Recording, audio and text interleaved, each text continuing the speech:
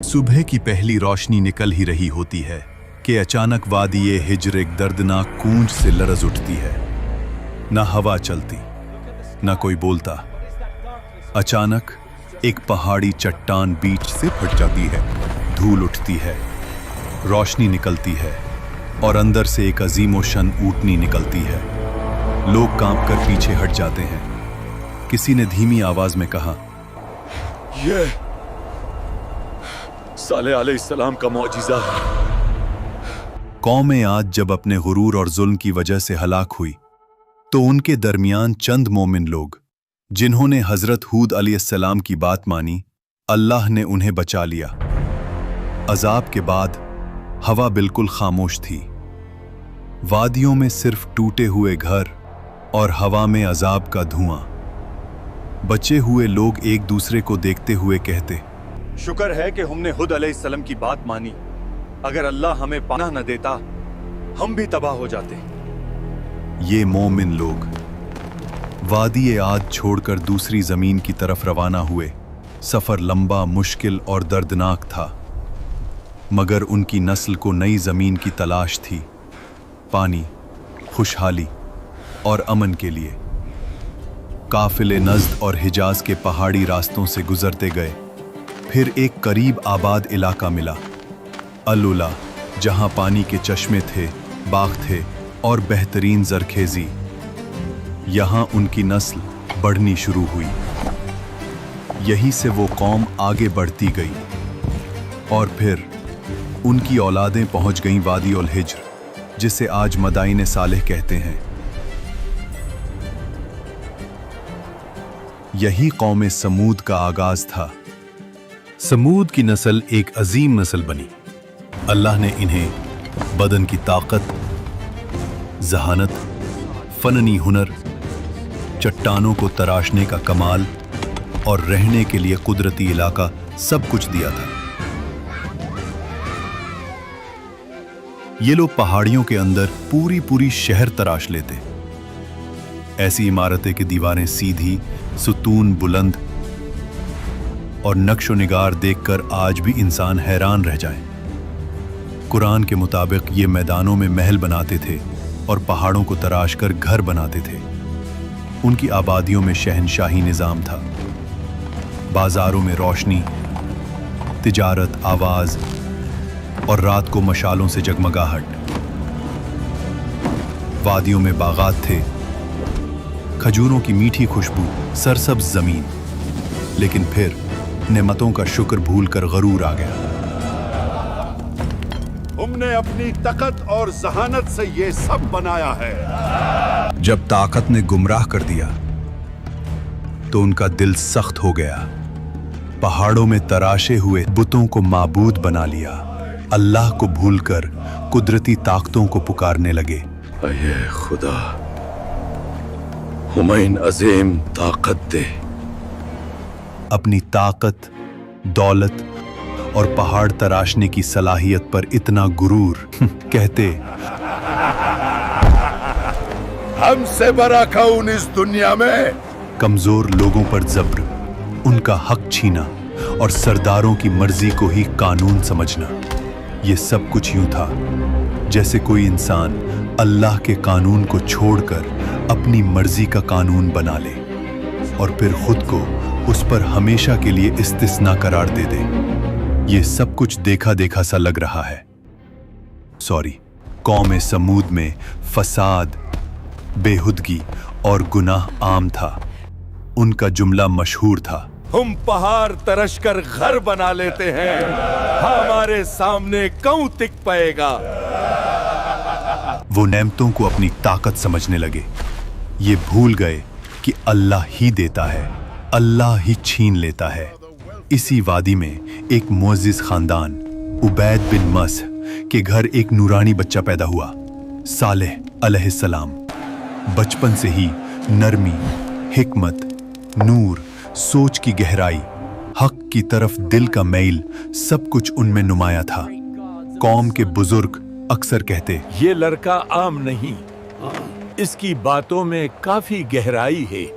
जब वो जवान हुए, उनका रवैया बिल्कुल मुख्तलिफ था। दुनिया की चमक उन्हें न खींचती।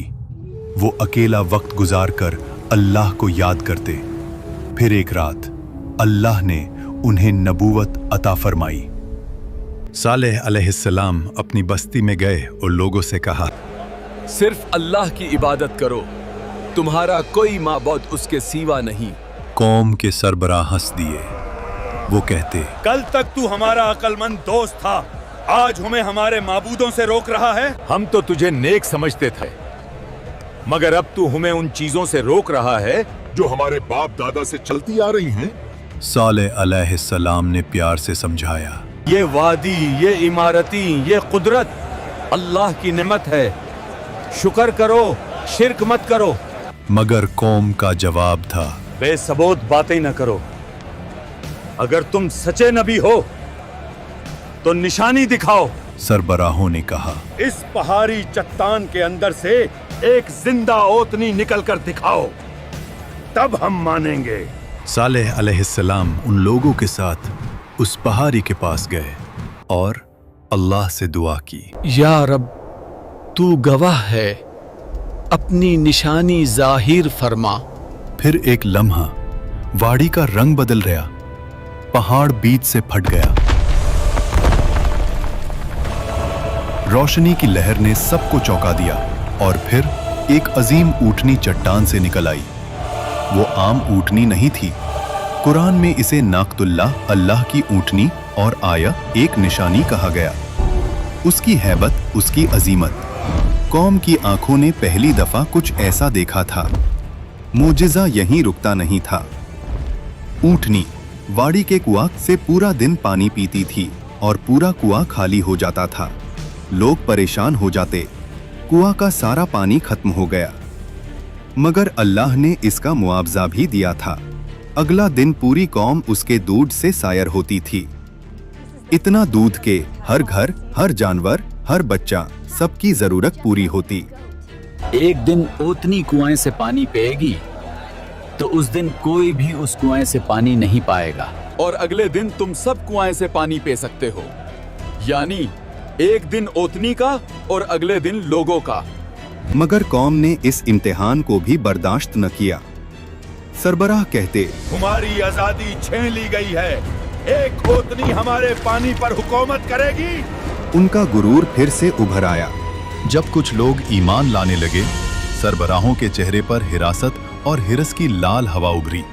उन्होंने कहा, इस ऊँटनी की वजह से सालेह की इज्जत बढ़ रही है। अगर हमने कुछ न किया, कौम उसके पीछे चल पड़ेगी। फिर उन्होंने साजिश रची, इस निशानी को मिटा दो, सालेह का आसर भी मिट जाएगा। एक अमीर औरत बोली, जो इस ओतनी को मार डाले, मैं अपनी बेटी की उससे शादी करवा दूंगी। नौजवान तैयार हो गए। आज रात ये ओतनी नहीं बचेगी। ऊँटनी जब खूब पानी पीती हुई वापस जा रही थी, कातिल पीछे पीछे चले। पहले एक ने तीर चलाया, ऊँटनी का पांव जख्मी हो गया। फिर सब टूट पड़े।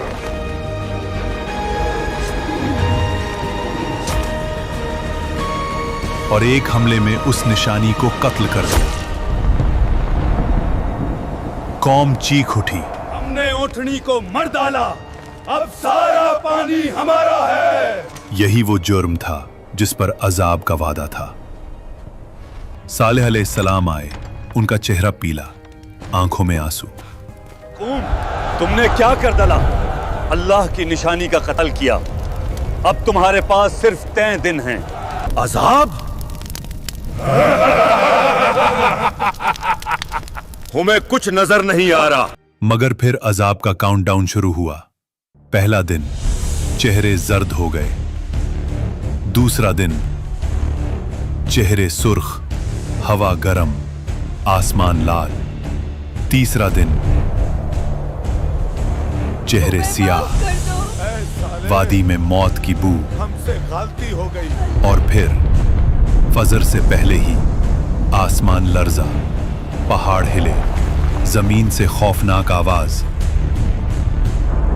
और फिर एक चीख। ऐसी चीख के दिल फट गए, रूहें जिस्म से निकल गईं। कौम के सब लोग अपने घरों में उल्टे पड़े रह गए। कुरान में आया है, एक चीख ने उन्हें पकड़ लिया। कौम समूद खत्म हो गई। सालेह अलैहिस्सलाम वादी के किनारे पर रुक कर कहते, मैंने तुम्हें समझाया था मगर तुम नसीहत को पसंद नहीं करते थे। मैदान सालेह आज तक गवाही देती है कि जब अल्लाह की निशानी का इनकार हो तो कौमें इमारतों से नहीं बचती, ईमान से बचती हैं।